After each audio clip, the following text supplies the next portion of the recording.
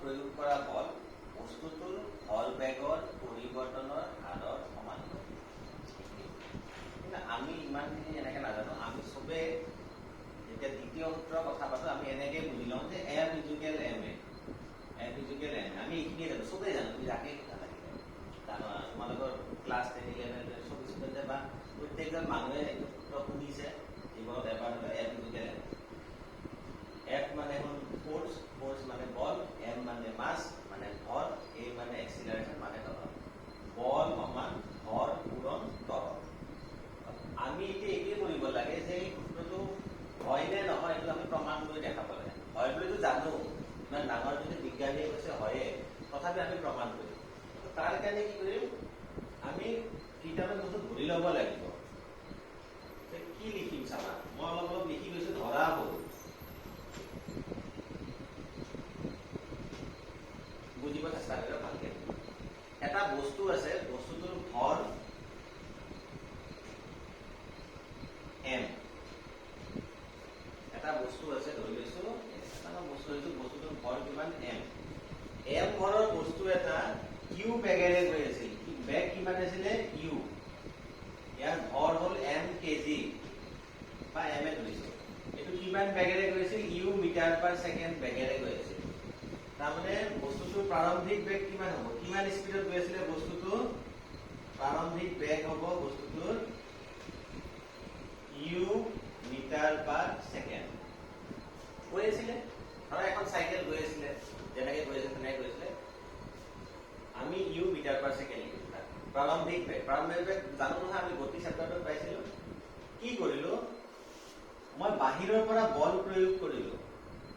কিমান বল প্ৰয়োগ কৰিলো, F বল প্ৰয়োগ কৰিলো। এতিয়া বল প্ৰয়োগ কৰিলে কি হ'ব, বস্তুটোৰ বেগ সলনি হ'ব। ধৰা তুমি চাইকেলখন চলাই আছা, পেডেল মাৰি আছা, চলি আছে, একেটা গতিত গৈ আছে। চাইকেলত যদি বেছি জোৰকে পেডেল মাৰা, তাৰমানে বল প্ৰয়োগ কৰা হ'লে নাই, জোৰকে পেডেল মাৰিলে কি হ'ব, চাইকেলখন বেছি গতিত যাব, গতি বেগ সলনি হৈ যাব। তো যেতিয়া বস্তুটোৰ ওপৰত আমি বল প্ৰয়োগ কৰিলো, বস্তুটোৰ বেগ ইউৰ পৰা ভি হ'লগৈ, ভি মিটাৰ পাৰ ছেকেণ্ড। গতিকে এইটো হ'ব প্ৰাৰম্ভিক বেগ, এইটো হ'ব অন্তিম বেগ। আমি অন্তিম বেগ কি লিখিব দিয়া চাবা,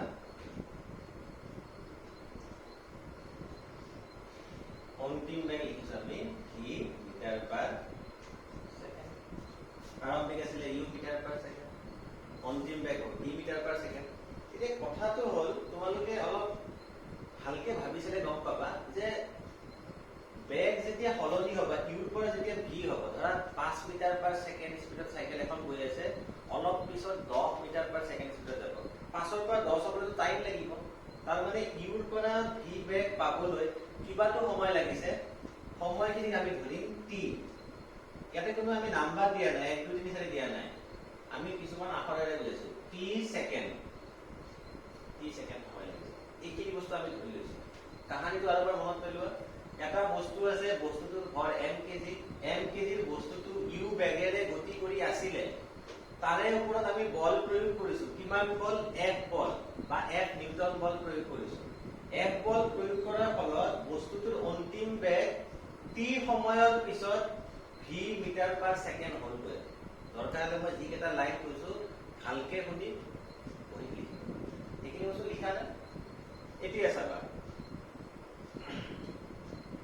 ইয়াৰ পৰা যদি আমি প্ৰাৰম্ভিক ভৰ বেগ ওলাও, প্ৰথমতে বুজি পাব লাগিব ভৰ বেগ মানে কি। ভৰ বেগ মানে হ'ল ভৰ পূৰণ বেগ। একেবাৰে সহজ।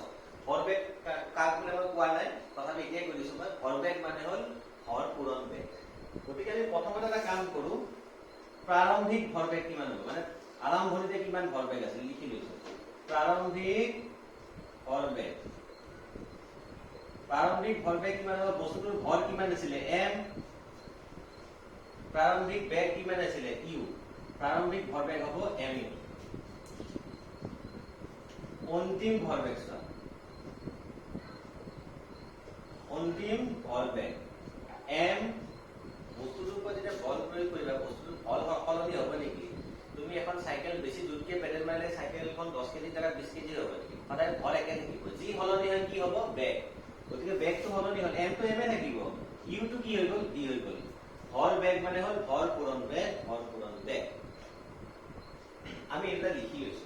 কিয় লিখি লৈছো চাবা, এইটো আছিলে ফাৰ্ষ্ট পাৰ্ট, এইটো সেকেন্ড পাৰ্ট, থাৰ্ড পাৰ্টটো মই এইখিনিত কৰিম। ঠিক আছে, চাবাই দ্বিতীয় সূত্ৰ মতে কৈছিলে যে বস্তু এটাৰ ওপৰত প্ৰয়োগ কৰা বল বস্তুটোৰ ভৰবেগৰ পৰিৱৰ্তনৰ হাৰৰ সমানুপাতিক। ভালকে লাইনটো শুনা, বস্তুটোৰ ভৰবেগৰ পৰিৱৰ্তনৰ হাৰৰ সমানুপাতিক।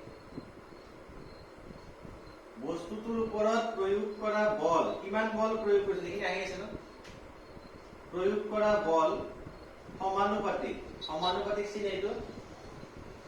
ভৰবেগৰ পৰিৱৰ্তন, পৰিৱৰ্তন কেনেকে ওলায়? এটাৰ পৰা এটা মাইনাছ কৰিব লাগিব। তাৰমানে আমি অন্তিম ভৰবেগৰ পৰা প্ৰাৰম্ভিক ভৰবেগ যদি মাইনাছ কৰো তাক কয় ভৰবেগৰ পৰিৱৰ্তন। তাৰমানে mv মাইনাছ mu। দ্বিতীয় সূত্ৰটো কিতাপত চাবা, এইখিনি বস্তু আছে নে নাই?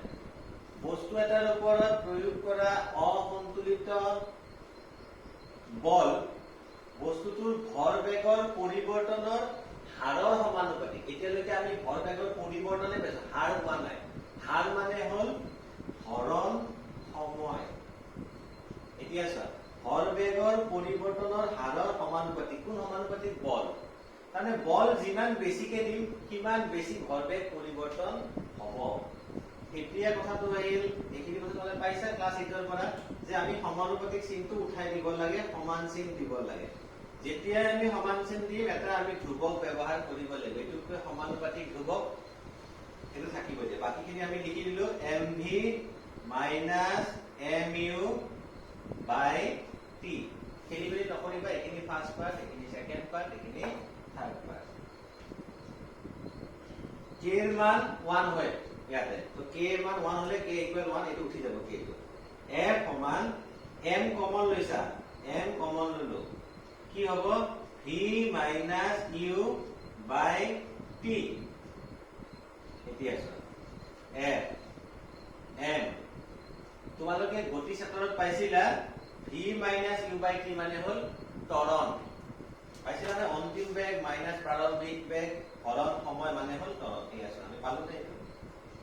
তো এইখিনি কি হয়? আমাৰ দ্বিতীয় সূত্ৰ। মানে অৰ্থাৎ আমি এনেকে লিখিব পাৰো, ইয়াতে মই কাৰ্চিনে লিখি দিছো, বল সমান, বল মানে f m ইনটু a ন, হৰ পূৰণ ত্বৰণ।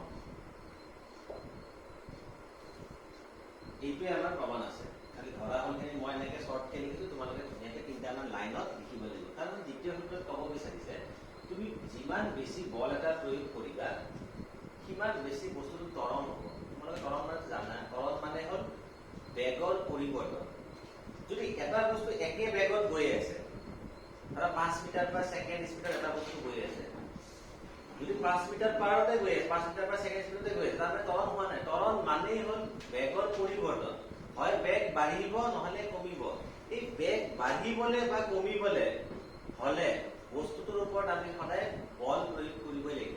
সেইকাৰণে বলৰ লগত ত্বৰণৰ সম্পৰ্ক আছে, একদম ডাইৰেক্ট সম্পৰ্ক আছে। সেইকাৰণে এই ফৰ্মুলাটো আমি কওঁ f সমান m ইনটু a। বুজি পাইছা? বল সমান হৰ পূৰণ ত্বৰণ। এইটো বিৰাট ইম্পৰ্টেণ্ট ফৰ্মুলা হয় তোমালোকৰ চবৰ কাৰণে। মানে সায়েন্সৰ ষ্টুডেন্ট বুলি নহয়, আৰ্টছৰ ষ্টুডেন্টৰ কাৰণে যে এইটো যদি তোমালোকে যে নাজানা f ইকুৱেল m a, তাৰমানে তোমালোকে বিজ্ঞানে নাজানা বুলি ক'ব পাৰি। এতিয়াৰ পৰা সৰু ক্লাছৰ কথা বেলেগ, 9 ৰ পৰা যেতিয়া এইটো ফৰ্মুলা পালা, তোমালোকে পিছত লাগিলে বেলেগে কিবা পঢ়া, আৰ্টছ পঢ়া, যি পঢ়া বা বয়স যিমানে হৈ যাওক, লাগিলে তোমালোকৰ চিনিয়ৰ মানুহখিনিকো সুধি চাবা, চবেই জানে এইটো formula f equal m a। খুব ফেমাছ ফৰ্মুলা, তো এইটো জানিবই লাগিব তোমালোকে। গতিকে আজি আমি গতি বিষয়ক দ্বিতীয় সূত্ৰটোৱে আলোচনা কৰিছো। নেক্সট ক্লাছত আমি আৰু কত কি ভিডিঅ' লৈ তোমালোকৰ লগত দেখা দিম।